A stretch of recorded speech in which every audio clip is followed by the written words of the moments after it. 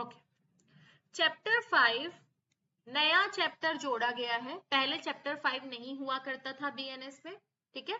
अब ये नया जोड़ा गया है जिसमें बात करता है offences against woman and child, जिसमें महिलाओं को लेकर और बच्चों को लेकर जितने भी ऑफेंसेस हैं उसको डील किया गया है फ्रॉम सेक्शन 63 टू सेक्शन 99 के बीच में।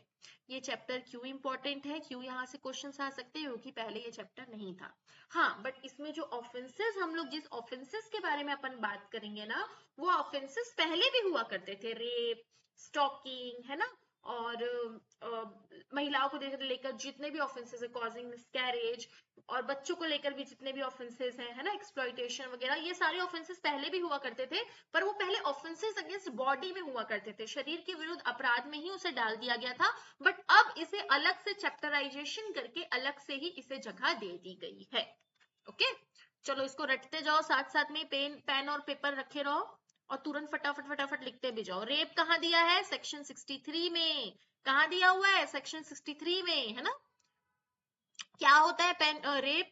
सबको पता है रेप क्या होता है। रेप मतलब क्या होता है? किसी भी महिला के साथ, किसी भी वुमन के साथ बिना उसकी सहमति के, विदाउट हर कंसेंट, क्या करना, उसके साथ सेक्सुअल इंटरकोर्स करना रेप कहलाता है। फटाफट फटाफट डील करते हैं। Penetrates his penis to any extent into the vagina, mouth, urethra और एनस ऑफ द वुमन और makes her to do so with him और एनी अदर पर्सन। क्या बोलता है कि देखो, एनी अदर पर्सन, इसलिए मैं बोल रही हूँ कि रेप को पढ़ते हैं।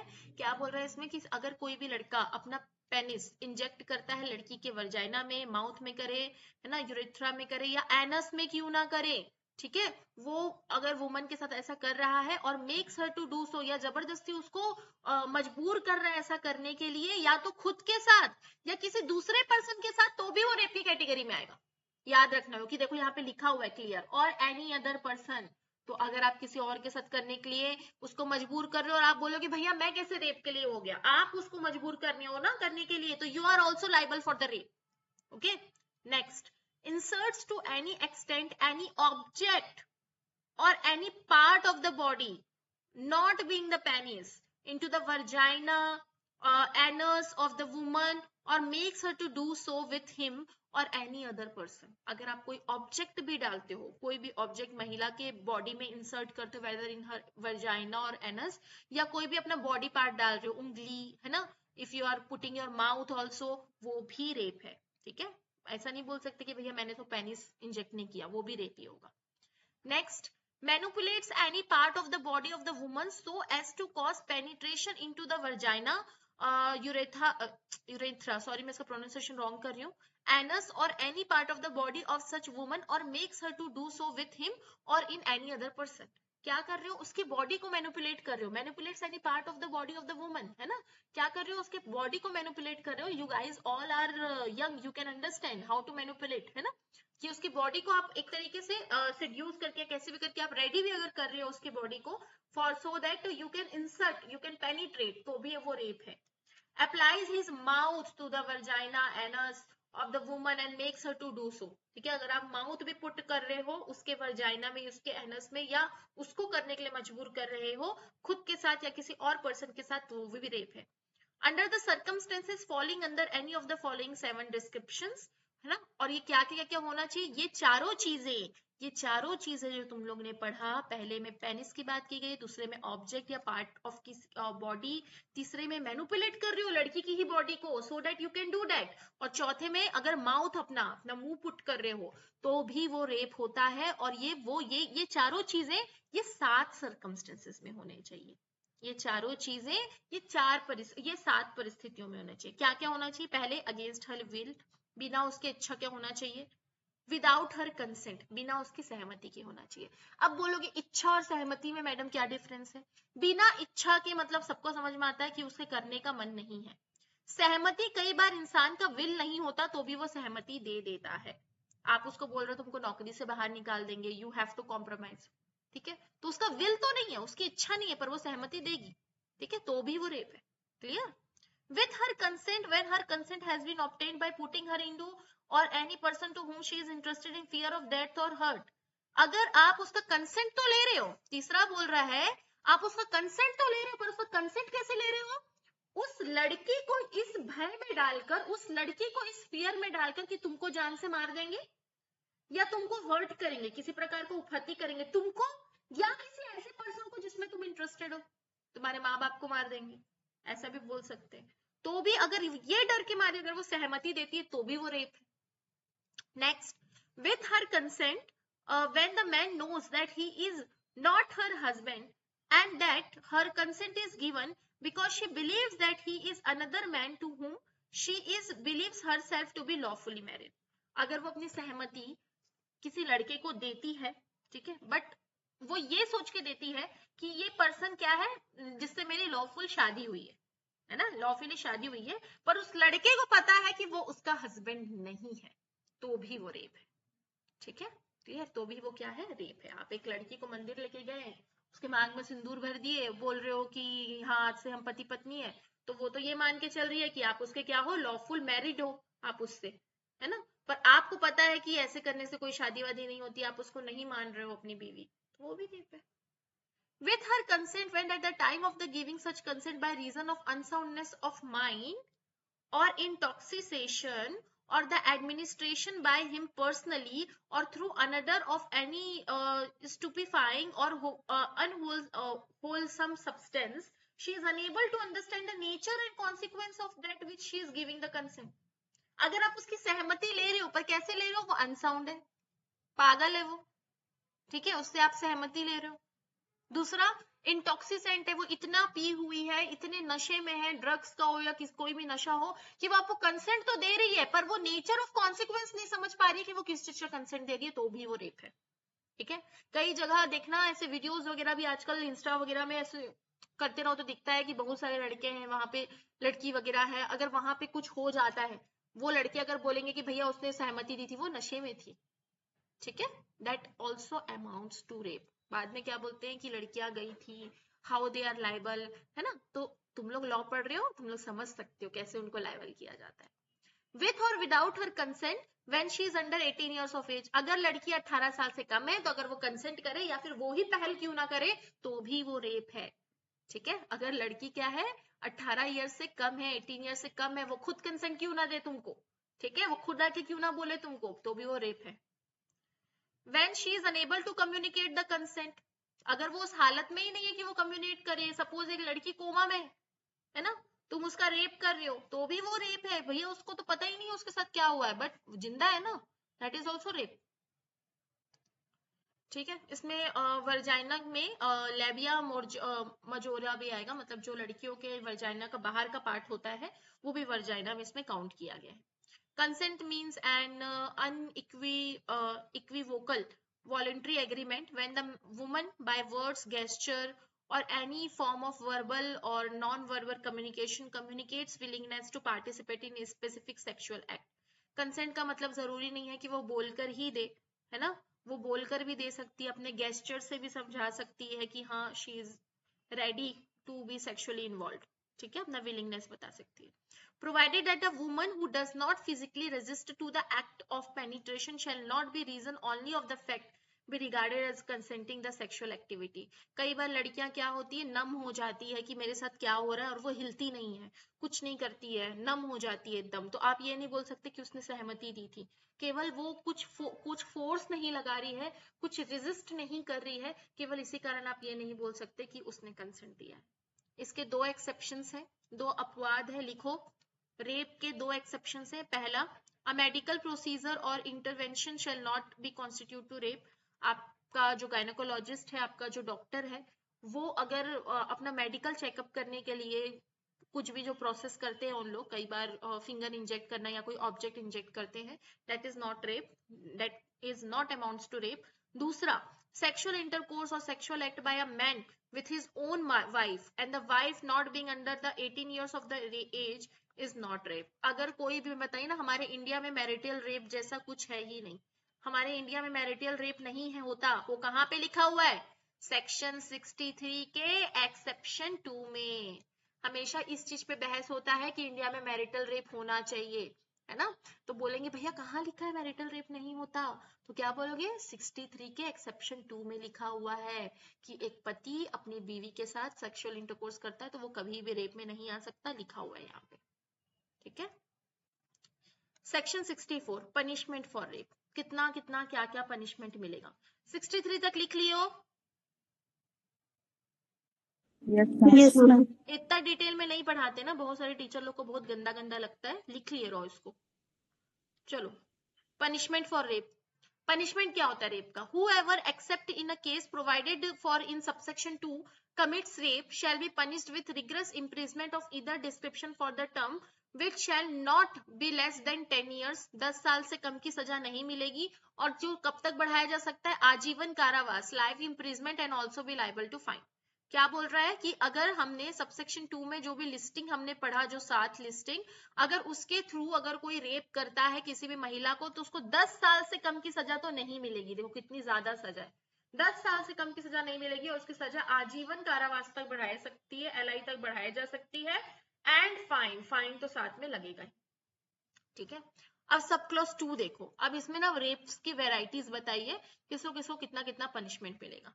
Being a police officer commits rape, अब अगर कोई पुलिस ऑफिसर ही रेप करता है तो उसकी सजा अलग है, ये नॉर्मल पर्सन की सजा थी, है ना। अगर कोई पुलिस ऑफिसर रेप करता है तो उसकी कितनी सजा है, within the limits of the police station to which such police officer is appointed, अगर वो अपने पुलिस स्टेशन के लिमिट्स में अगर रेप करता है, अपने पुलिस स्टेशन के प्राइमिसेस में अगर वो रेप करता है, on a woman on in such police officer custody, या फिर ऐसी महिला जो उसकी कस्टडी में थी, ठीक है, या उसके सबऑर्डिनेट की थी, ठीक है, और police officer custody of a police officer subordinate to the police officer, उसके सबऑर्डिनेट की जो पुलिस ऑफिसर की उसमें थी, अगर वो वहां रेप करता है।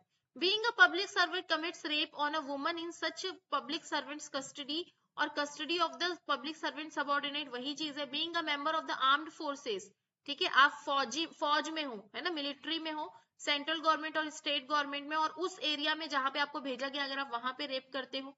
Being the management of the staff of jail, अगर आप जेल में की मैनेजमेंट में हो, और अगर आप वहां पे कोई रिमांड होम में है या कोई चिल्ड्रन वुमन इंस्टीट्यूशंस वगैरह पे है, वहां पे अगर आप रेप करते हो तो सुधार गृह होता है, जेल होता है। बीइंग ऑन द मैनेजमेंट और स्टाफ ऑफ हॉस्पिटल, आप हॉस्पिटल के स्टाफ हो, जैसे अरुणा शामबाग में हुआ था, और आप रेप करते हो तो, आप रिलेटिव हो, गार्डियन हो, टीचर हो, या किसी ऐसे पोजीशन में हो जिसके ऊपर ट्रस्ट किया करती है वुमन, और अगर आप फिर उसका रेप करते हो तो, ठीक है, आपको गार्डियन बनाया गया है, या तो आप पिता हो, भाई हो, चाचा हो, मामा हो, है ना, या फिर आप एक टीचर हो उसके, है ना, उसको भी एक रिस्पेक्टेबल उस पे देखा जाता है, बहुत ज्यादा हर लॉ में तुम लोग को मिल जाएगा।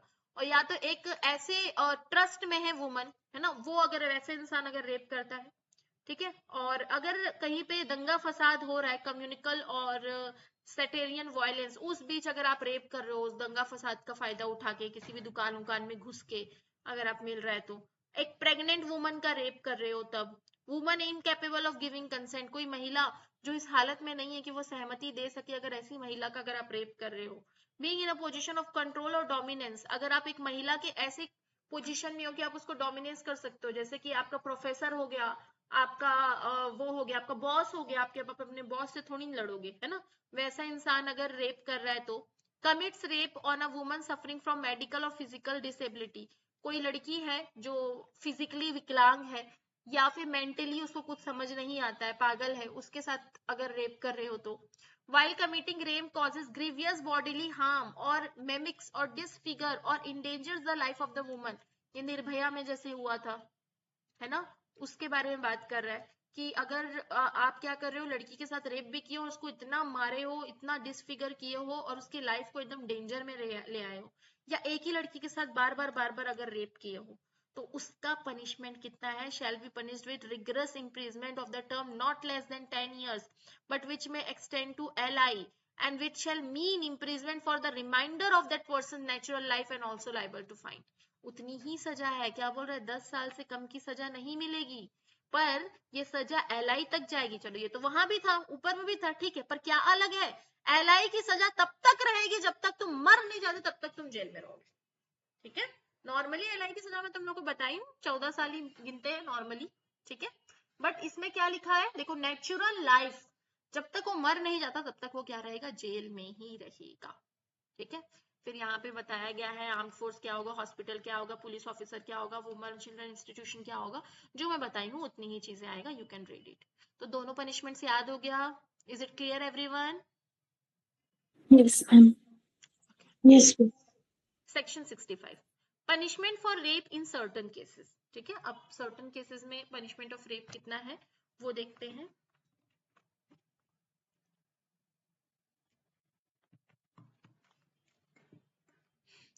punishment for rape in certain cases, whoever commits a rape on a woman under 16 year of age, अगर किसी महिला का उम्र क्या है 16 ईयर से कम है, shall be punished with rigorous imprisonment, तो उसको कठोर कारावास मिलेगा for the term not less than 20 years, 20 साल से कम की सजा उसको नहीं मिलेगी और बढ़ाया जा सकता है एलआई तक।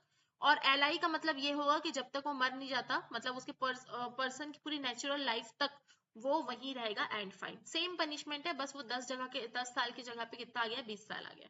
Provided that such fine shall be just and reasonable to meet the medical expenses of the victim, provided further that any fine imposed under this subsection shall be paid to the victim. उसको fine कितना मिलेगा, ये जो fine लिखा हुआ है ना, fine इतना मिलेगा जितना वो बच्ची जिसके साथ भी जो 16 साल से कम है, उसका रेप होने में उसको जो भी मेडिकल एक्सपेंस है वो उसका मेडिकल एक्सपेंस निकल जाए, इतना उसको क्या दोगे तुम, इतना उसको पनिशमेंट दोगे पहली बार, सॉरी इतना उसको फाइन दोगे कि उसका मेडिकल एक्सपेंसेस निकल जाए। दूसरी बात, जितना भी फाइन देंगे वो पूरा का पूरा फाइन किसको दिया जाएगा, विक्टिम को दिया जाएगा।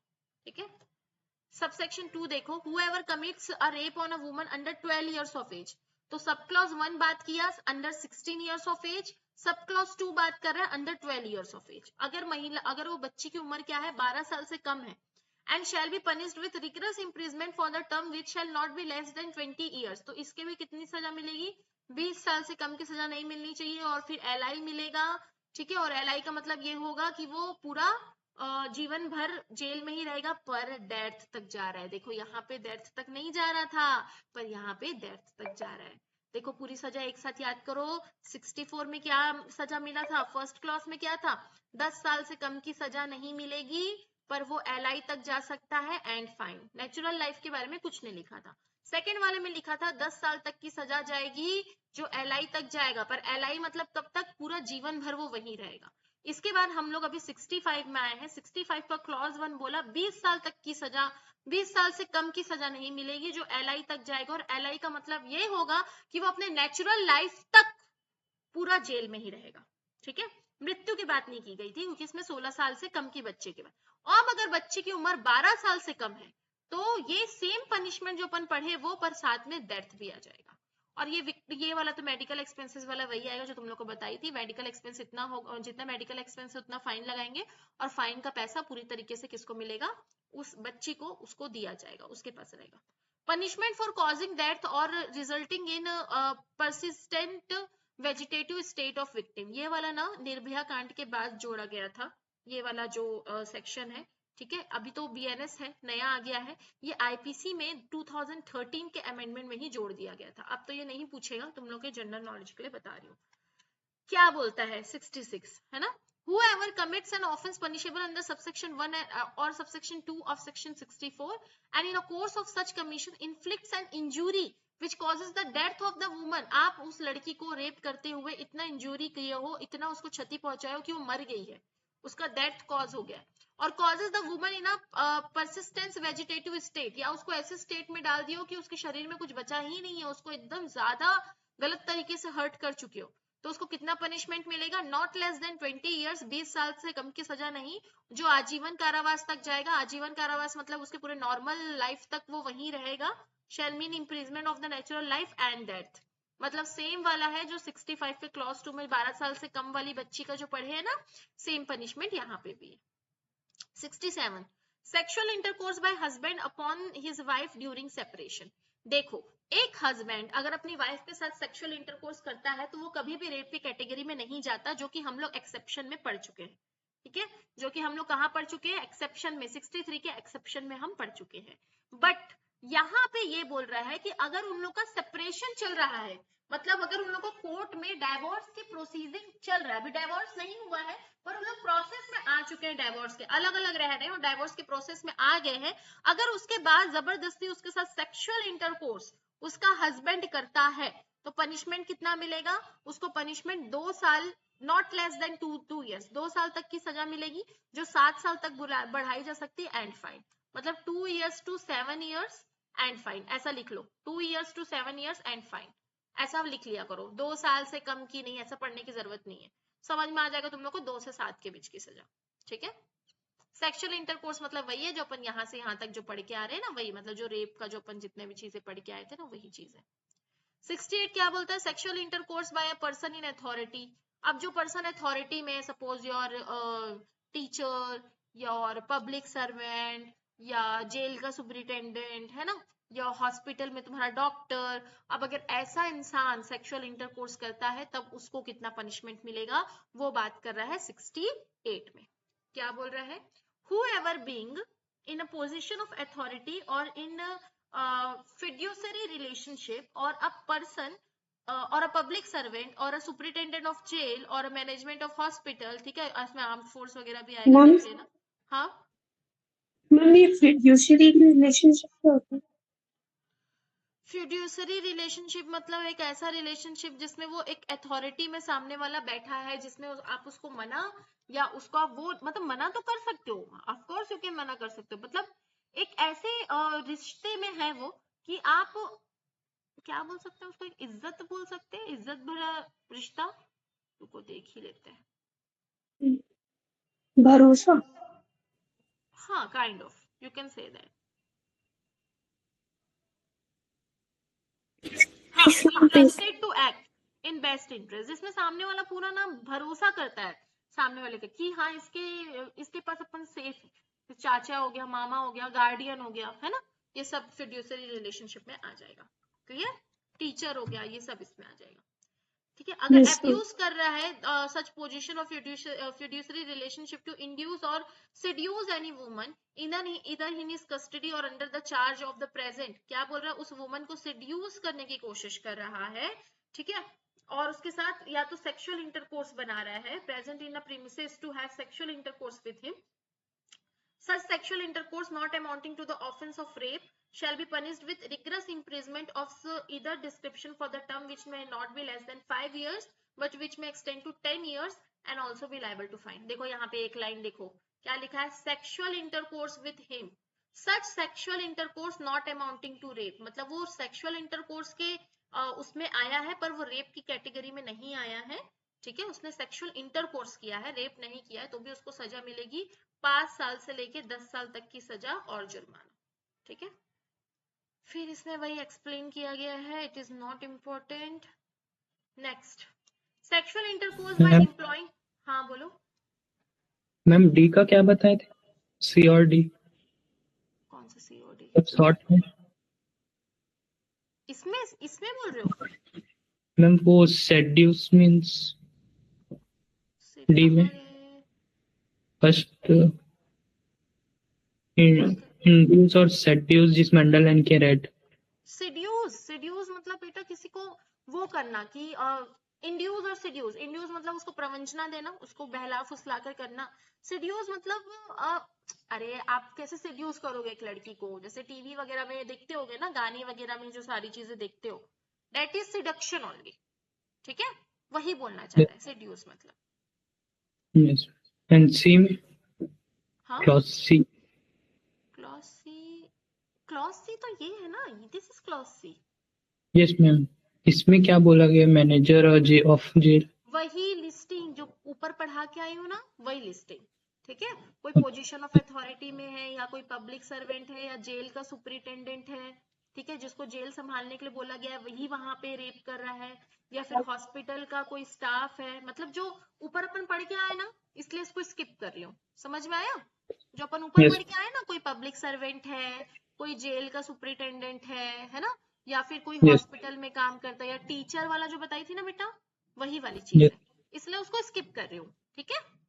मतलब जो भी यस एक अथॉरिटी में बैठा है, जो एक पोजीशन में है, ठीक है, तो वो यहाँ पे Yes. ये तुम्हारे काम का है, वो सेक्सुअल इंटरकोर्स करता है but not amounting to rape, पर वो रेप में नहीं आ रहा है क्योंकि वो इंड्यूस या सेड्यूस करके कर रहा है उसको, ठीक है। तो वो 5 साल से 10 साल तक की सजा और जुर्माना।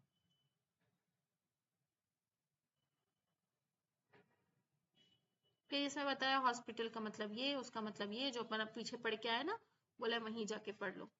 नेक्स्ट, सेक्सुअल इंटरकोर्स कर रहा है डिसाइडफुल मींस, मतलब उसको बेवकूफ वगैरह बना के या फिर फॉल्स प्रॉमिस करके उसके साथ सेक्सुअल इंटरकोर्स कर रहा है ना, झूठे झूठे कस्में वादे कि हाँ हाँ मैं तेरे से शादी करूंगा, ठीक है, जैसे लड़के करते हैं ना, that type of things. Whoever by deceitful means or by making promise to marry to a woman without any intention of fulfilling the same, अगर आप किसी लड़की को बेवकूफ बनाते हो प्रवंचना द्वारा, या आप उसको प्रॉमिस करते हो, है ना, आप उसको वचन देते हो कि आप उससे शादी करोगे, ठीक है, इंटेंशन ऑफ फुलफिलिंग, और आपका कभी इंटेंशन है ही नहीं, देखो क्या लिखा है, without any intention to fulfil the same, और उसके साथ सेक्सुअल इंटरकोर्स कर लेते हो with her, such sexual intercourse is not amounting to offence of rape, ठीक है, तो वो रेप के अंतर्गत तो नहीं आता है, पर उसमें आपको पनिशमेंट कितना मिलेगा, 10 साल तक की सजा और जुर्माना। आजकल ये बहुत सुने हो कि उसकी गर्लफ्रेंड ने उसके ऊपर चार्जेस लगा दिए, सुना ये चीज? Yes, ma'am. है ना, वो शादी करने से मना कर दिया तो उसकी गर्लफ्रेंड उसके ऊपर केस कर दी, सुना? यही वाला सेक्शन, Yes, ma'am. यही वाला सेक्शन लगाते हैं, ठीक है, कि भैया तुमने क्या कहा था कि तुम शादी करोगे, है ना, तो वो जो सेक्सुअल इंटरकोर्स जो हुआ है वो तो उसी भरोसे में लड़की करी थी कि हम क्या करेंगे, शादी करेंगे, अब तुम शादी नहीं कर रहे हो तो मैं करूंगी केस, समझ आया केस कौन से सेक्शन में होता है। और अगर लड़की छोड़ दी तो लड़के बेचारे कहीं केस नहीं कर सकते, ओके, उन लोग नहीं बोल सकते कि भैया मैंने सेक्सुअल इंटरकोर्स ये सोच के किया था कि ये मेरी बीवी बनेगी, तो यहाँ पे अपना लॉ थोड़ा सा बायस है, ठीक है। मैम नॉन कंपाउंडेबल मतलब कि जिसका कॉम्प्रोमाइज नहीं हो सकता ना? हाँ, नॉन कंपाउंडेबल मतलब ऐसा केस जिसमें अपन कॉम्प्रोमाइज नहीं कर सकते, ठीक है, जो ये केसेस होते हैं ना रेप वगैरह वाले केसेस, उसमें आप कॉम्प्रोमाइज नहीं करो, कॉम्प्रोमाइज करो खुद ही फंसोगे, ठीक है, Yes. नॉन कंपाउंडेबल केसेस होते हैं ये। कंपाउंडेबल केसेस कैसे होते हैं, जैसे फॉर्जरी का केस है, जैसे सपोज मैं तुम्हारे साथ चीटिंग करी, है ना, गलत सलत पेपर बनाई, मैं तुमसे साइन वाइन करा ली, ये नॉन कंपाउंडेबल होता है, सॉरी ये कंपाउंडेबल होता है।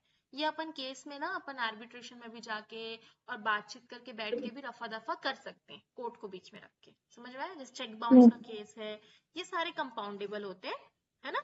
और नॉन कंपाउंडेबल ये तुम्हारा रॉबरी, डकैती, रेप, मर्डर, मर्डर में क्या करोगे, जो विक्टिम की फैमिली है उसके साथ दे लेके मामला खत्म करोगे क्या, स्टेट पागल बैठी है, देखियो ना स्टेट का नाम लिखा रहता ना ये सारे ऑफेंसेस Yes, में। ma'am. चलो गैंग रेप देखो, सेक्शन 70 में दिया हुआ है गैंग रेप के बारे में, क्या बोलता है, where a woman is raped by, आज कितना करना था अपन को, आज का वो कहाँ तक गया था, 99. 99 ना, 99. हो जाएगा 99 करेंगे आज अपन।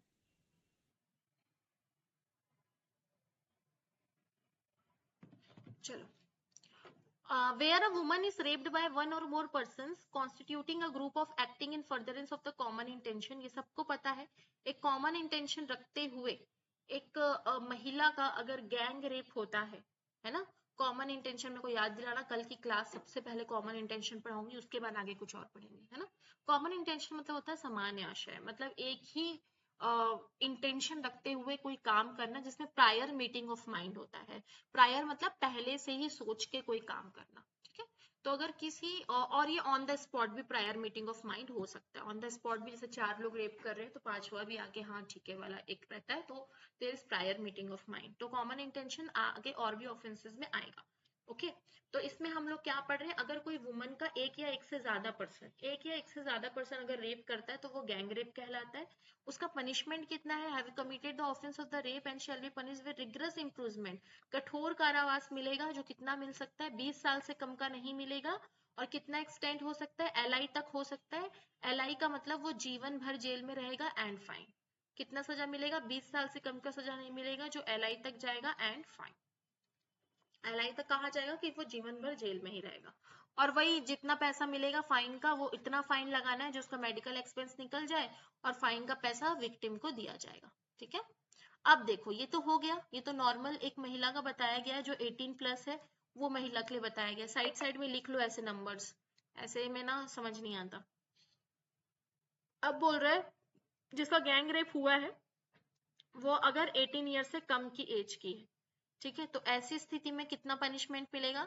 शैल you deem to commit the offence of rape shall be punished with the imprisonment of life, LI का सजा मिलेगा। ठीक है, देखो इसमें 20 ईयर की भी बात नहीं की गई है, सीधा बात किया गया LI की सजा मिलेगा। इसका मतलब ये है कि वो जिंदगी भर जेल में रहेगा और ये सजा डेथ तक जाएगा, मृत्यु तक जाएगा।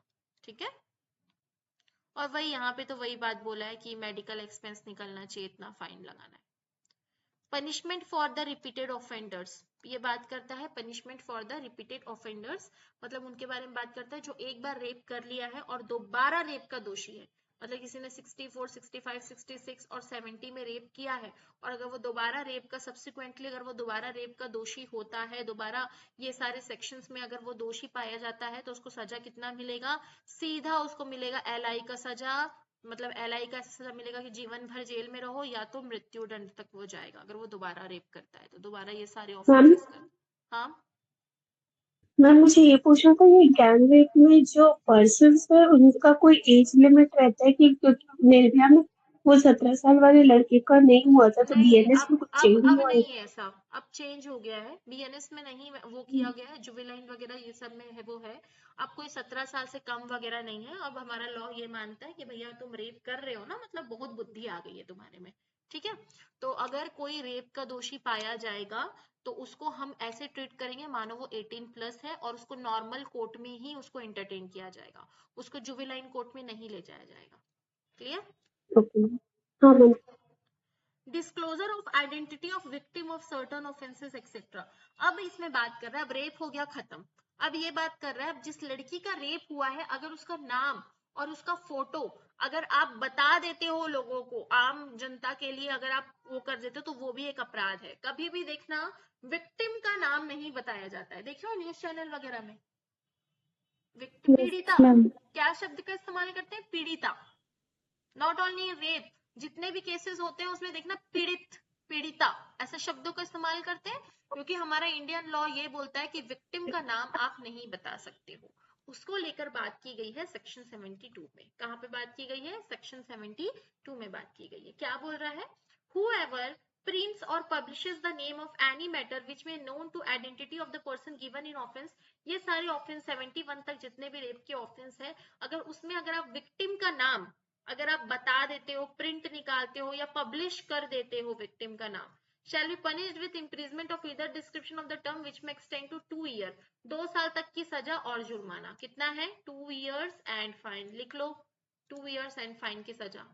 Nothing in this subsection 1 extends to any printing or publication of the name or any matter which may make known the identity of the victim if such printing or publication is, क्या बोल रहा है कि ये आप इसमें offence के under नहीं आओगे अगर प्रिंटिंग और पब्लिकेशन किस हिसाब से हुआ है? बाय और under the order of the writing of the officer in charge of the police station. ठीक है, एक सेकेंड, मेरे को ना 2 मिनट तुम लोग से कुछ बात करनी थी, मैं भूल गई थी। तुम लोग की ना एक एक्स्ट्रा क्लास लगवा रही हूँ मैं, ठीक है, तो वो तुम लोग को ये वाली ट्यूसडे को तो मैं उसकी लगवा रही हूँ, क्या बोलते हैं, लैंडमार्क केसेस। ठीक है, क्योंकि मेरे को 1 महीने में खत्म करना है तो एटलीस्ट लैंडमार्क केसेस निपटे तुम्हारा, तो एक लैंडमार्क केसेस की तुम्हारी क्लास लगेगी, पूरी की पूरी BNS की पूरी की पूरी लैंडमार्क केसेस उसमें तुम्हारा निपटेगा। मैं ये बोल रही थी कि तुम लोग को GK की क्लास करनी है क्या, जो yes complimentary ma'am. Yes ma'am. तो वो हफ्ते में एक क्लास तुम लोग की GK की लगेगी इन एवरी ट्यूसडे। मंडे को तुम्हारा टेस्ट रहता है, एवरी ट्यूसडे तुम लोग की एक GK की क्लास लगेगी, पर इस ट्यूसडे जो आने वाला ट्यूसडे होगा उस ट्यूसडे तुम्हारा पूरा BNS के पूरे लैंडमार्क केसेस की क्लास लगेगी। ओके मैम हाँ ma'am I'm leaving the class. I will join tomorrow if you don't mind for today. Sorry Ma'am, I'm leaving the class now. Okay I will okay join tomorrow. Sorry, okay ma'am, okay for okay today. Okay Thank you.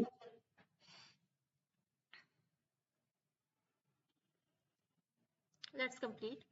ठीक है, bye और order of the writing of the officer in charge of the police station, अगर आप order लेकर आए हो, आदेश लेकर आए हो राइटिंग में पुलिस स्टेशन का, ठीक है, पुलिस ऑफिसर का जहां जो उस केस को देख रहे हैं, और by the police officer making the investigation, या जो इन्वेस्टिगेशन कर रहे हैं उस पुलिस ऑफिसर से, acting in good faith for the purpose of such investigation, उस इन्वेस्टिगेशन के लिए जरूरी है, उस अन्वेषण के लिए जरूरी, इसलिए आप पीड़िता का पूरा चीज अगर पब्लिश कर रहे हो, किससे पूछ के कर रहे हो? जो इन्वेस्टिगेटिंग ऑफिसर है, जो अन्वेषण अधिकारी। इन्वेस्टिगेटिंग ऑफिसर कौन होता है? वो पुलिस ऑफिसर होता है जो पूरे के पूरे मामले को देख रहा है। और by with the authorisation in writing of the victim, या फिर विक्टिम से ही आप क्या ले रहे हो? परमिशन ले रहे हो।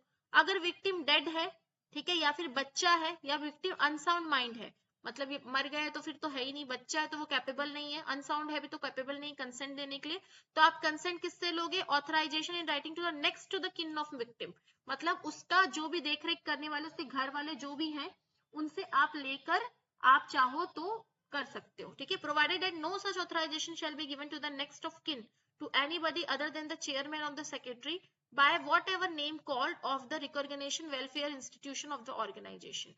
क्या बोल रहा है? चेयरमैन और चेयरमैन और द सेक्रेटरी, या फिर जो भी ऑर्गेनाइजेशंस हैं उनसे भी आप चाहो तो क्या ले सकते हो?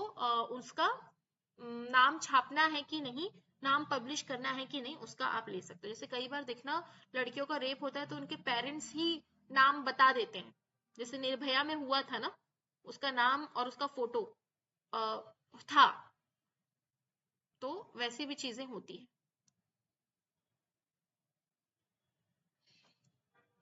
वेलफेयर इंस्टीट्यूशन के बारे में बताया, जो सेंट्रल गवर्नमेंट या स्टेट गवर्नमेंट पढ़ाती हो, नॉट सो इम्पोर्टेंट, पढ़ लेना इसको खुद से, ठीक है, नहीं पढ़ोगे तो भी चलेगा। नेक्स्ट, प्रिंटिंग और publishing any matter relating to the court proceedings without permission, ये चीज याद रखना, कोर्ट प्रोसीडिंग को, कोर्ट की कोई भी प्रोसीडिंग को बिना परमिशन के आप प्रिंट या पब्लिश नहीं कर सकते, ठीक है। कोर्ट की प्रोसीडिंग को बिना परमिशन के आप प्रिंट या पब्लिश नहीं कर सकते हो।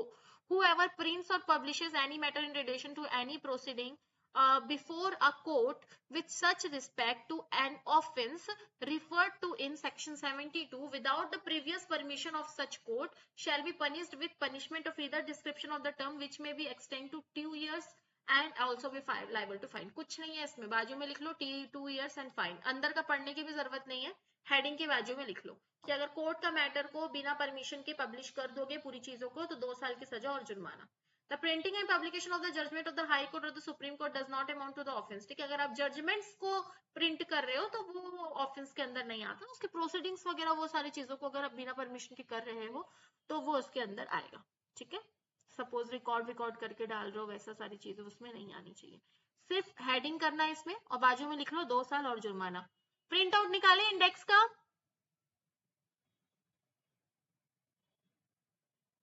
नहीं निकला है ना अभी तक? क्या पूछ रही हूँ? Anyone? No, ma'am. Very good, good.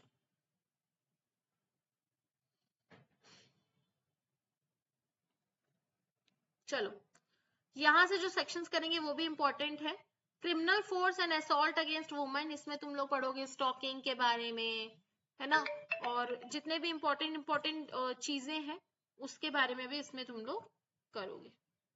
चलो, असॉल्ट और use of criminal force to woman to intend to outrage her modesty, महिला के ऊपर असॉल्ट करना। असॉल्ट का मतलब पहले ही बताई थी, दूर से डराना कि सामने वाले को आशंका हो जाए कि उसके ऊपर हमला होने वाला है। पढ़ेंगे आगे हम लोग असॉल्ट के बारे में। क्रिमिनल फोर्स के बारे में मैंने बताया था, आपराधिक बल के बारे में, जैसे कि सामने वाले को खींचना या उसके ऊपर थोड़ा दम लगाना, है ना, या फिर उसको वो करना, वो होता है क्रिमिनल फोर्स। जैसे कि अगर यश जा रहा है, मैं उसको से हाथ से खींचती हूँ गुस्से से, वो क्रिमिनल फोर्स है। वो बोल सकता है कि भैया मेरे साथ क्रिमिनल फोर्स हुआ है। या वो बैग लटका के जा रहा है, मैं बैग खींचती हूँ, मतलब something which is attach to body, cycle चला रहा है पीछे से खींच रही हूँ, that is also criminal force. और असॉल्ट मतलब क्या होता है? दूर से इशारा करना, है ना, मैं ऐसे लाठी लेके आ रही हूँ, उसको पता है मैम मेरे को मारने ही आ रही है, उसके ऊपर असॉल्ट हो गया, मार दूंगी तो क्रिमिनल फोर्स हो जाए। क्लियर? ठीक है। Whoever assaults or uses criminal force to woman intending to outrage or knowing it likely to be will outrage the modesty, उसकी modesty को outrage करने के लिए अगर आप उसको assault या criminal force का use कर रहे हो उसके ऊपर, तो उसको कितना punishment मिलेगा? Not less than 1 year, 1 साल से लेकर 5 साल तक की सजा एंड जुर्माना। लिख लो 1 year to 5 years and fine. अब अगर उसके साथ कोई सेक्सुअल हेरेसमेंट होता है तो क्या होगा? ठीक है, लैंगिक अपराध होता है तो क्या होगा? सेक्सुअल हैरेसमेंट में क्या होता है? कल भी मैं तुम लोग को बताई थी। सेक्सुअल हैरेसमेंट मतलब सेक्सुअल फेवर्स के लिए डिमांड करना, उसको प्रोनोलॉजी दिखाने की कोशिश करना, उल्टे सीधे गंदे गंदे इशारे करना लड़की को देख के, या उसको ऐसे टच करके निकल जाना बाजू से, ये सब सेक्सुअल हैरेसमेंट के अंदर आता है। कल विशाखा वाले के, अच्छा सुबह बताई थी, विशाखा वाले केस में बताई थी मैं सुबह, यश याद है? Yes ma'am. है ना? वो सब किस में आता है? सेक्सुअल हैरेसमेंट में आता है। ठीक है, सेक्सुअल हैरेसमेंट में क्या आता है? फिजिकल कांटेक्ट करना, मतलब जैसे मैं बताई टच करके निकल जाना, डिमांड या रिक्वेस्ट करना सेक्सुअल फेवर्स के लिए, प्रोनोलॉजी मैंने बताया कि पॉर्न दिखाना, ठीक है, मोबाइल पे, फोन पे या कैसे भी, या फिर इशारे करना सेक्सुअली, तो वो सेक्सुअल हैरेसमेंट होता है। ठीक है, कल विशाखा केस करके आना।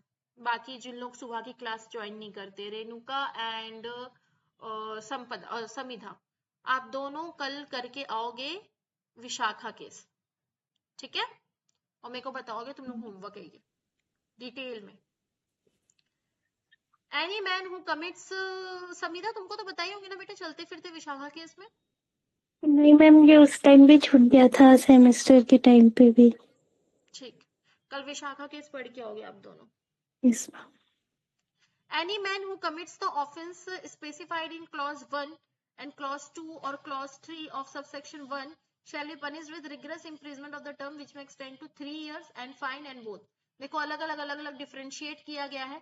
अगर क्लॉज 1, 2, 3 करते हो, मतलब फिजिकल कांटेक्ट करके निकलते हो, रिक्वेस्ट करते हो या पॉर्न दिखाते हो, 3 साल की सजा और जुर्माना या तो दोनों। और अगर इशारे कर रहे हो, गंदे गंदे इशारे कर रहे हो, तो 1 साल की सजा या तो फाइन या तो दोनों। तो ये पूरा डिफरेंशिएट किया है। ये 3 की सजा है, कितना? 3 इयर्स और फाइन और बोथ, और ये एक की है 1 इयर्स और फाइन और बोथ।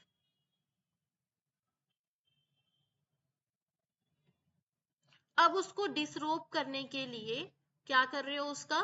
उसके ऊपर क्रिमिनल फोर्स या असॉल्ट का यूज कर रहे हो। Whoever assault or uses criminal force of woman to abet such act with the intention to disrobe or compelling her to be naked। ठीक है, मतलब जो अपना हुआ था ना द्रौपदी चीरहरण, वैसा ही वाला केस है ये। ठीक है, अगर आप किसी महिला के कपड़े निकालने की कोशिश कर रहे हो, उसको नेकेड करने के लिए क्रिमिनल फोर्स या असॉल्ट का यूज कर रहे हो, तो आपको कितना पनिशमेंट मिलेगा? 3 साल, पर वो एक्सटेंड किया जा सकता है 7 इयर्स एंड फाइन। तो लिख लो 3 year to 7 years and fine.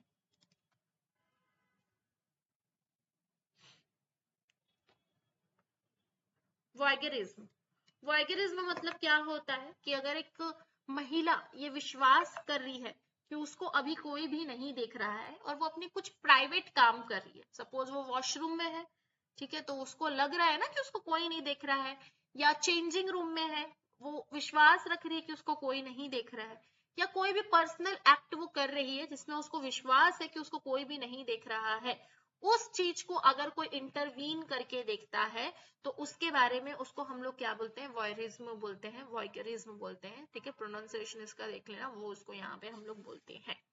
क्या क्या क्या चीजें आएंगी इसमें? ये तो पुराने जमाने में हो गया, वॉशरूम है तो ईंट के बाहर से थोड़ा सा छेद है तो वहां से झांक के देखना। नए जमाने में आओगे तो चेंजिंग रूम में ग्लास के पीछे सीसीटीवी कैमरा लगा रहता है ताकि आप एक महिला को देख सको, है ना? तो ये तो आ गया।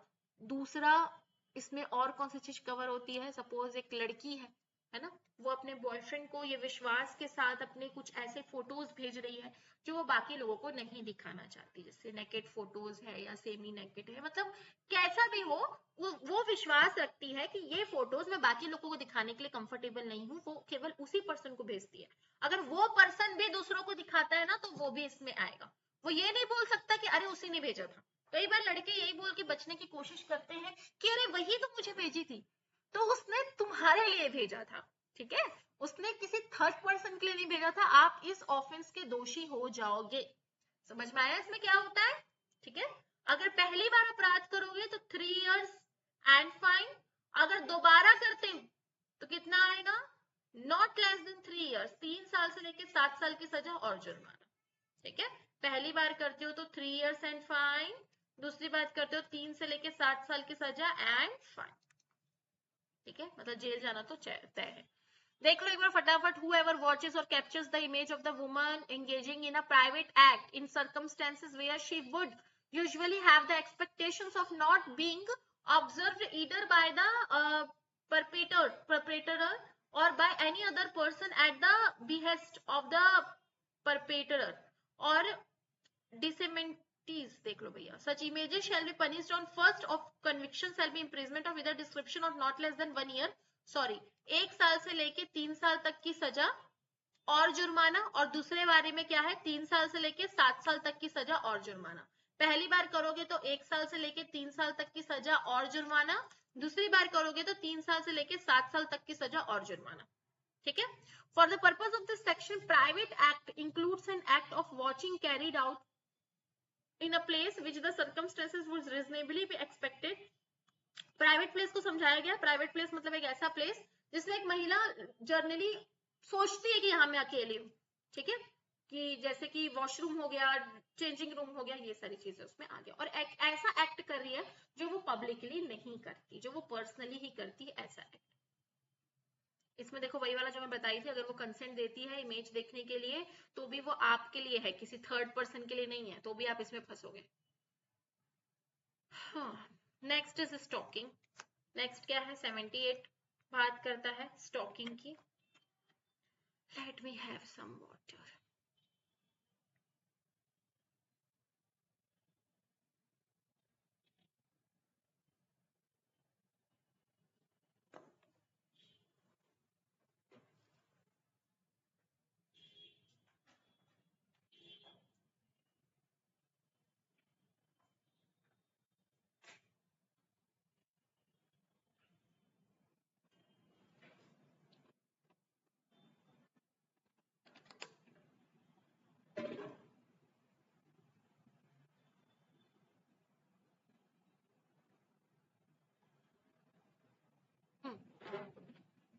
स्टॉकिंग का मतलब क्या होता है? स्टॉकिंग को हिंदी में बोलते हैं पीछा करना.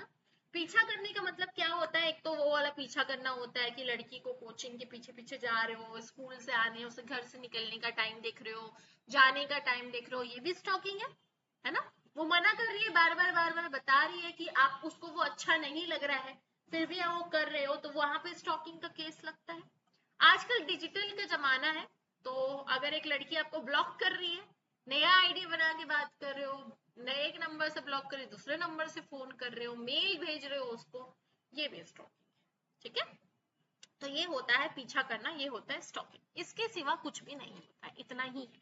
ठीक है, चलो.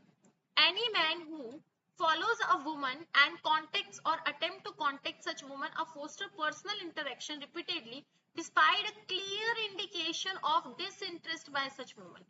वो मना कर रही है फिर भी आप इंटरेक्शन करने की कोशिश कर रहे हो. monitors the use by the woman in the internet, email or any form of electronic communication. देख रहे हो क्या स्टेटस डाल रही है, क्या कर रही है, तुमको ब्लॉक कर दिया है फिर भी, तो वो कहलाता है स्टॉकिंग. ठीक है. Provided that such conduct shall not amount to stalking if the man is pursued, it proves that. Stalking के अंदर के ये एक्सेप्शंस है. ये तीनों क्या है? एक्सेप्शंस है. अपने बेयर एक्ट में लिख लो, ये 3 क्या है? एक्सेप्शंस है. अगर ये 3 एक्ट के लिए अगर आप स्टॉकिंग कर रहे हो तो वो स्टॉकिंग के अंदर नहीं आएगा. पहला, it was pursued for the purpose of preventing और डिटेक्टिंग क्राइम. आपको पता है सामने वाली किसी क्राइम में लिप्त है ना, और आपको इंटरेस्ट किया गया है, ये आपकी रिस्पॉन्सिबिलिटी है उस क्राइम को रोकने के लिए. सपोज आप जासूस हो स्टेट के, तो भाई आप तो करोगे ना उसका पीछा, देखोगे आप कहाँ आ रही है, कहाँ जा रही है, क्योंकि वो आपको काम दिया गया गवर्नमेंट के द्वारा. It was pursued under any law to comply with the condition or requirement imposed by any person under any law. किसी भी विधि द्वारा अगर वो काम दिया गया है तब. ठीक है, सपोज बोला गया है कि इस एरिया के जितने भी फोन है उसमें देखिए कौन क्या है, क्या कर रहा है, तो वो लॉफुली हो रहा है, तब आप कर सकते हो. In a particular circumstances such conduct was reasonably justified. अगर वो जस्टिफाई है, अगर वो न्यायोन्मुख है, तो भी वो इस सेक्शन के अंदर नहीं आएगा. ठीक है, अगर वो जस्टिफाइड है, अगर वो आप प्रूफ कर देते हो वहां पे कि भैया आप इस कारण से उसके ऊपर नजर रख रहे थे, इस कारण से आप उसकी तरफ देख रहे थे, तो वो भी इस सेक्शन के अंदर नहीं आएगा.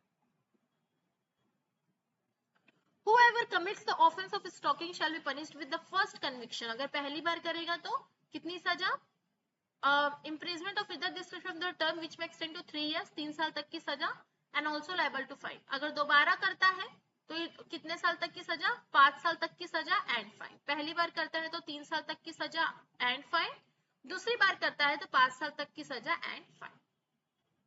नेक्स्ट, वर्ड्स, गेस्चर और act intended to insult modesty of the woman. कोई भी ऐसे शब्द बोलना, कोई भी ऐसे इशारे करना या कुछ भी ऐसा एक्ट करना जिससे किसी महिला की मॉडेस्टी के ऊपर लांछन लगे, तो आपको क्या सजा मिलेगी? Whoever intending to insult the modesty of any woman, alters any words, makes any sounds or gesture, आवाज निकालना, सीटी मारना, गंदे गंदे आवाज निकालना, ठीक है, ये सारी चीजें होती है लड़कियों के साथ। और exhibits any object in any form, किसी ऑब्जेक्ट को गलत तरीके से दिखाना जिसमें कुछ अश्लील लगे, intending that such words or sound shall be heard or such gesture through object shall be seen by such woman, interrupts upon a privacy of such woman shall be punished with the simple imprisonment। उसको simple imprisonment मिलेगा 3 साल तक का and fine. याद रखना, बाकी सब जगह रिग्रेस था और ईडर डिस्क्रिप्शन था। ईडर डिस्क्रिप्शन का मतलब क्या होता है यश? यश, किसी भी इम्प्रिजमेंट Yes, में बेटा अगर ईदर डिस्क्रिप्शन लिखा है मतलब क्या है? मैम नहीं पता। 3 चीज लिखा रहता है, या तो सिंपल लिखा रहता है। सिंपल इम्प्रिजमेंट का मतलब क्या होता है? मतलब बिना कुछ काम दिए, बिना कोई पैसा वाला, हाँ। वो और सिंपल। रिग्रेस का मतलब क्या होता है? हर जगह रिग्रेस लिखा हुआ था ना रेप में, रिग्रेस मतलब क्या होता है? रिग्रेस में उसको काम करवाया जाता है, उसका पैसा भी दिया जाता है। अब देखो, अगर इधर डिस्क्रिप्शन लिखा है ना बेटा, मतलब कोर्ट बताएगा, कोर्ट के ऊपर है कि वो सिंपल भी दे सकता है और रिग्रेस भी दे सकता है। समझ आया? Yes clear? कहीं भी अगर यस इधर डिस्क्रिप्शन लिखा रहेगा किसी भी भांति का, हिंदी में ज्यादा क्लियर लिखा रहता है, किसी भी भांति का कारावास, तो वो समझने के लिए राइट वो है, इजी है ना? इधर डिस्क्रिप्शन मतलब जो भी। चलो अब ऑफेंसेस रिलेटिंग टू मैरिज करते हैं, ठीक है, मैरिज से रिलेटेड ऑफेंसेस करते हैं। डाउरी डेथ, दहेज मृत्यु, उसके बारे में दिया है सेक्शन 80 में। इंपॉर्टेंट पूछ सकता है डाउरी डेथ कहाँ पे दिया है, रट लो सेक्शन 80 में। कहाँ पे दिया हुआ है? सेक्शन 80 में दिया हुआ है, लर्न इट। सेक्शन 80 बोलता है where the death of the woman is caused by any burns और बॉडीली इंजुरी और occurs otherwise than under normal circumstances within 7 years of her marriage. क्या बोल रहा है? अगर कोई लड़की की मृत्यु हो जाती है जलने से या किसी भी प्रकार की बॉडी इंजुरी से, मर गई है ना वो, डाउरी डेथ मतलब उसका डेथ हो गया है, ठीक है, या फिर कैसे भी सर्कमस्टेंसेस में अगर उसकी डेथ होती है उसके शादी के 7 साल के अंदर, ठीक है, occurs otherwise under the normal circumstances within 7 years and it is shown that soon before the death she was subject to the cruelty। अगर वो नॉर्मल में मर रही है पर वो उसकी शादी को अभी तक 7 साल नहीं हुए हैं और ये बताया गया है कि उसके साथ क्रुएलिटी होता था, उसके साथ हेरेसमेंट होता था हस्बैंड के द्वारा या हस्बैंड के नाते द्वार के द्वारा, तो वो क्या कहलाएगा? वो कहलाएगा डाउरी डेथ, ठीक है।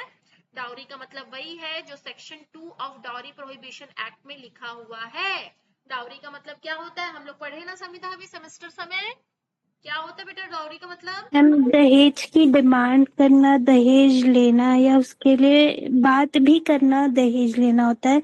गिफ्ट एक अलग चीज होती है। गिफ्ट हम एक लिमिटेड अमाउंट तक ही दे सकते हैं, जितना हम अर्न करते हैं उसके बेसिस पे, और उसके ऊपर जो होता है दैट इज डाउरी। जो अपनी इच्छा से दे रहे हैं दैट इज गिफ्ट, है ना। और डाउरी ये होता है जो मांगता है सामने वाला एज अ गिफ्ट या एज अ शादी के समय, है ना, दैट इज। मैम। हाँ बोलो। मैम हस्बैंड के द्वारा और किसके द्वारा? उसके नातेदार, उसके रिलेटिव के द्वारा, जैसे सास कर रही है या ससुर क्रुएलिटी कर रहा है, अगर वो लड़की मर गई ना तो वो डाउरी डेथ कहलाता है। यस समझ में आया? देखो सपोज एक लड़की है जिसकी डेथ हो गई, अभी उसकी शादी को 7 साल भी नहीं हुए थे, तो पहला रूल तो ये है, लिखो बुलेट नोट्स बनाओ, चलो बुलेट नोट्स बनाओ, इसके मैं बता रही हूँ। पहला लिखो death of the woman, death of the woman, पहला पॉइंट लिखो बाय बर्न्स और बॉडीली इंजुरी, लिखो बाय बर्न्स और बॉडीली इंजुरी। दूसरा पॉइंट लिखो normal circumstances within 7 years of marriage, normal circumstances within 7 years of marriage. फिर देखो तीसरा point, before death she is subject of cruelty, before death she is subject of cruelty. फिर उसके नीचे ऐसे dot करके लिखो बाय हस्बैंड और हिज रिलेटिव, मतलब या तो हस्बैंड कर रहा है या उसकी बहन भी कर रही हो, उसके माता पिता कर रहे हो, सब क्रुएलिटी है। फिर ऐसे नीचे डॉट करके लिखो क्यों क्रुएलिटी कर रहे थे, फॉर डिमांड ऑफ डाउरी, लिखो for demand of dowry, that is called dowry death. हो गया यश? Yes ma'am. लिख लिया अच्छे से कि रुको 2 मिनट? Yes ma'am. तो अगर डाउरी डेथ का पनिशमेंट कितना है, नॉट लेस देन 7 years, और पर वो LI तक जा सकता है, तो पनिशमेंट कितना है 7 years टू LI। LI का मतलब समझ में आ गया ना तुम लोग को, Renuka and Yash? Yes LI ma'am. मतलब Yes, ma'am. लाइफ इम्प्रिजमेंट, ठीक है? Imprisonment of life. हाँ, इम्प्रिजमेंट फॉर लाइफ, आजीवन यस। कारावास। बताओ डाउरी डेथ क्या होता है यश, जल्दी, फिर मैं आगे बढ़ूंगी। मैम डाउरी डेथ मतलब दहेज के लिए डेथ करना, या तो ऐसा सर्कमस्टेंस, मतलब पॉइंट मैं बता रहा हूँ, डेथ ऑफ वुमेन करना। जैसे फर्स्ट है कि जैसे वो उसका कोई बॉडी इंजरी हुआ है, या उसकी शादी हुई है और अंडर 7 ईयर, उसके मतलब हस्बैंड या अभी 7 साल नहीं हुए हैं उसके शादी हुए, है ना? शादी हुई है अभी उसके 7 साल नहीं हुए हैं, हाँ, और उसके हस्बैंड या उसके रिलेटिव द्वारा ये पता चलता है कि उसका नहीं मतलब बेटा, उसके डेथ के बाद ये पता चलता है कि उसके हस्बैंड ने या उसके रिलेटिव्स ने उसके साथ क्या किया था, डाउरी, क्रुएलिटी या हैरेसमेंट किया था। क्रुएलिटी का मतलब क्या होता है, क्रूरता।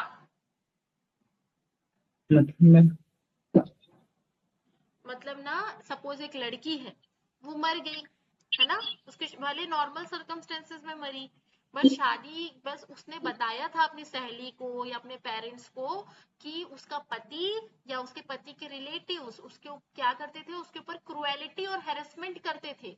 क्यों करते थे? ताकि वो घर जाके क्या लेके आए, दहेज लेके आए। समझ में आई यश बात? Yes ma'am. तो वो भी डाउरी डेथ के अंदर आएगा। कल मैं पूछूंगी सुबह सबसे पहले, और यस मंडे को तो पूछूंगी ही, अगले मंडे को टेस्ट भी है और मॉक भी है, दोनों है। Cohabitation caused by a man deceitful inducing belief of lawful marriage. Every man who by deceit causes any woman who is not lawful marriage married to him in belief that she is lawfully married to him and to cohabit or have sexual intercourse with him in that belief shall be punished with imprisonment of the description the term which may extend to 10 years and shall also be liable to fine। अगर किसी लड़की को ये विश्वास दिलाते हो कि हाँ हम लोग लॉफुल शादी में हैं और उसके साथ रहते हो या उसके साथ सेक्सुअल इंटरकोर्स करते हो कि भैया तू तो मेरी बीवी है, तो 10 साल तक की सजा और जुर्माना।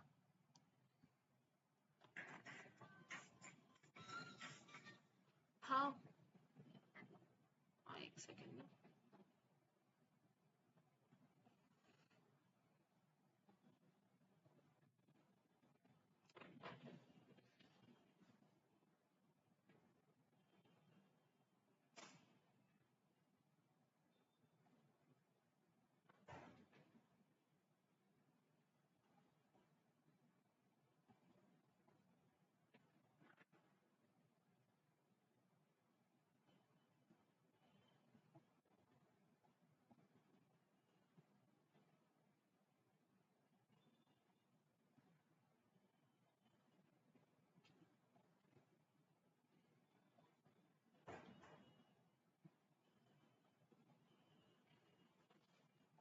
चलिए स्टार्ट करते हैं, ठीक है।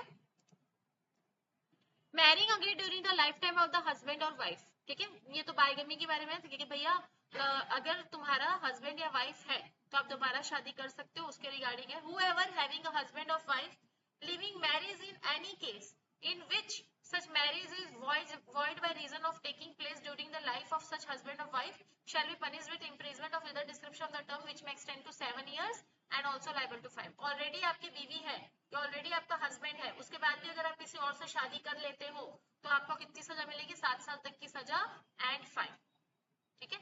एक्सेप्शन है इसका, एक्सेप्शन क्या है, the subsection does not extend to any person whose marriage with the husband or wife has been declared void by the court। कोई ऐसी शादी शादी को शादी नहीं माना जाएगा।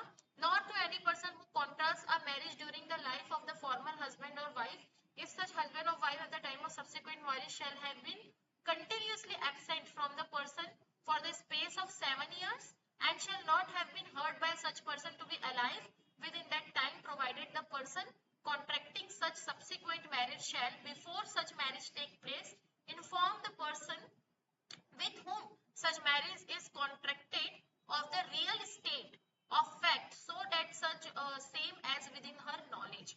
क्या बोल रहा है इसमें? ये बोल रहा है सबसे पहली बात कि ऑलरेडी आपका कोई पति है या आपकी कोई बीवी है, तो अगर आप दूसरी शादी करते हो तो आपको 7 साल तक की सजा और जुर्माना। इसका एक्सेप्शन लिख लो। फर्स्ट एक्सेप्शन इज अगर कोर्ट ने ही आपकी पहली शादी को वॉइड कर दी थी तो आप दूसरा शादी कर सकते हो, आप इस सेक्शन के अंदर नहीं आओगे। सपोज आपने एक 15 साल की लड़की से शादी कर लिया था जिसको एक कॉम्पिटेंट कोर्ट ने वॉइड घोषित कर दिया था, मतलब आपकी शादी का कोई मतलब नहीं है, शून्य हो गई थी वो शादी। ओके, वो शादी क्या हो गई थी? शून्य हो गई थी। तो ऐसी स्थिति में अगर आप बाद में दूसरी शादी करते हो तो वो 82 के अंदर नहीं आएगा, बिकॉज आपका जो पहले वाला शादी था it is already void. No, उसका ऑलरेडी कोई मतलब नहीं है, तो वो इसमें नहीं आएगा, पहला पॉइंट। और दूसरा पॉइंट क्या बोला है? अगर आपको पति या पत्नी 7 साल से गायब है और वो जिंदा है, किसी को पता ही नहीं है। कई बार ऐसा होता है ना, पहले के जमाने में ज्यादा होता था, निकल गए बिजनेस करने, गायब है, पता ही नहीं है, ना चिट्ठी ना पत्र ना कुछ, ठीक है ना, कोई इसको जिंदा देखा है, तो 7 साल के बाद उसको ऑलरेडी मारा हुआ माना जाता है, तब आप चाहो तो दूसरा शादी कर सकते हो। Clear? Whoever commits the offence under subsection 1 having concealed from the person with whom the subsequent marriage is contracted the fact of the formal marriage shall be punished with imprisonment of without discretion or term which may extend to 10 years and fine। अगर आप दूसरी शादी जिस व्यक्ति से कर रहे हो उसको बताए भी नहीं हो पहली शादी के बारे में, तब तो आपको 10 साल तक की सजा और जुर्माना मिलेगा।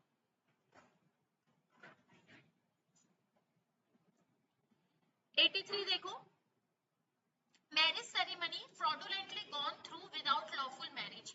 ठीक है, मैरिज सेरेमनी अगर आप कर रहे हो, कैसे कर रहे हो? मैरिज सेरेमनी फ्रॉडुलेंटली, उल्लू बनाने के लिए कर रहे हो, ठीक है, और कोई लॉफुल मैरिज नहीं कर रहे हो, ठीक है, सामने लड़की को उल्लू बनाने के लिए मंदिर में बुला के सारी अगर सेरेमनी वगैरह कर रहे हो, अब बोल रहे हो नहीं नहीं हमारी शादी हो रही है, तो आपको किसमें पनिशमेंट मिलेगा?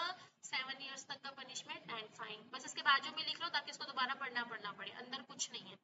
Whoever dishonestly and with fraudulent intentions goes through the ceremony of being married through and not being lawfully married। आपको पता है कि आप इसको उल्लू बना रहे हो, पंडित को रख लिए हो और ऐसी शादी कर रहे हो, पता है ये कोई लॉफुल शादी नहीं है और आप उस शादी को नहीं मानते, तो आपको 7 साल तक की सजा और जुर्माना। डिसऑनेस्टली का मतलब क्या होता है Samita?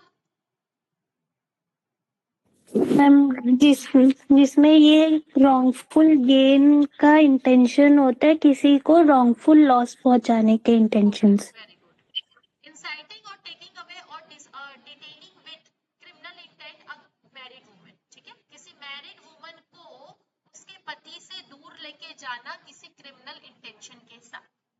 Whoever takes or incites मतलब उसको बहला फुसला कर लेके जा रहे हो, away any woman who is and whom he knows has reason to believe to be wife of any other man। किसी और की बीवी को अगर भगा के लेके जाओगे, ठीक है, भले ही उसको किसी क्रिमिनल इंटेंशन से या बहला फुसला कर, with intent that she will have illicit intercourse with any person, ताकि वो किसी और पर्सन के साथ जाके इंटरकोर्स करे, और conceals or detains with that intention of such woman, उसको छुपा कर रखे हो कहीं पे, तो आपको कितनी सजा मिलेगी? 2 साल तक की सजा। ठीक है, imprisonment of the either description of the term which may extend to 2 years and fine or both।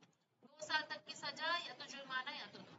कई बार पति लोग बोलते हैं ना कि भैया मेरी बीवी उसके साथ भाग गई, मेरी बीवी मेरे को दिलवाओ, तो देखी होगी ये सारी चीजें, तो वो 84 में आता है। ठीक है, तो इसमें क्रिमिनल इंटेंट की हालांकि बात की गई है, पर जनरली ऐसे केसेस भी इस केस के अंदर आते हैं। हस्बैंड और relative of husband of the woman subject to her cruelty. देखो, अगर लड़की जिंदा है, मरी नहीं है, तो वो क्रूएलिटी का केस कहाँ करेगी? सेक्शन 85 में। और उसकी डेथ हो गई है तो कौन से सेक्शन में जाएगा समिधा?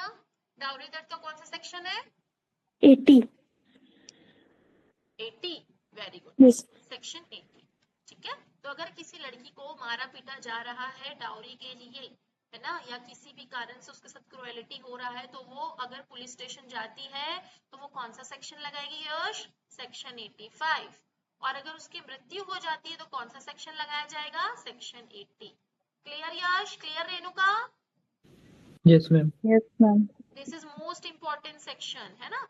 और 85, 86 में याद रखना क्रुएलिटी को डिफाइन किया गया है, समझाया गया है कि क्रुएलिटी होगा क्या। अगर पूछेगा ना क्रुएलिटी को कहाँ बताया गया है, तो याद रखना क्रुएलिटी को कहाँ एक्सप्लेन किया गया है? 86 में एक्सप्लेन किया गया है। आज हमने जितना भी किया है, everything is very very very very very very very much important. कल का जो पोर्शन था मैं ऑलरेडी बता दी थी कि इतना पोर्शन तुम लोग छोड़ सकते हो, है ना। आज का कुछ भी नहीं छोड़ सकते, पूरा का पूरा रट्टा लगाओ। प्रिंट आउट निकालने बोली हूँ, इंडेक्स का अभी तक निकाले नहीं हो, उसका बाजू में साइड में लिखते जाओ, ठीक है। हाँ, अब इसका 85 से लेके 99 तक मैं कल कराऊंगी, because I am also tired very much. But कल हम लोग क्लास डॉट 5:40 के अराउंड, 5:30 मान के चलो तुम लोग, ठीक है। 5:30 को हम लोग कल क्लास लेने बैठ जाएंगे, 5:30 टू मोस्ट प्रोबेबली 7:30 तक। Clear? Clear everyone? Yes ma'am. है ना। तो अपन 5:30 से 7:30 बैठ जाएंगे, ताकि आज का भी जितना जो बचा है वो भी करें और जो कल के लिए रहेगा वो भी करेंगे। एक्चुअली जो भी हम लोग आज चैप्टर करेंगे, चैप्टर 5 में कुछ भी छोड़ने के लिए नहीं है, एक एक सेक्शन रटा हुआ रहना चाहिए। उसके बाद हम लोग ग्रीवियस हर्ट और हर्ट करेंगे, वो भी बहुत ज्यादा इंपॉर्टेंट है, उसमें हम लोग कुछ नहीं छोड़ सकते। फिर हम लोग करेंगे कल्पेबल, होमिसाइड और मर्डर, है ना। वो भी हम लोग ऐसे ऐसे पोर्शन है जो हम लोग नहीं छोड़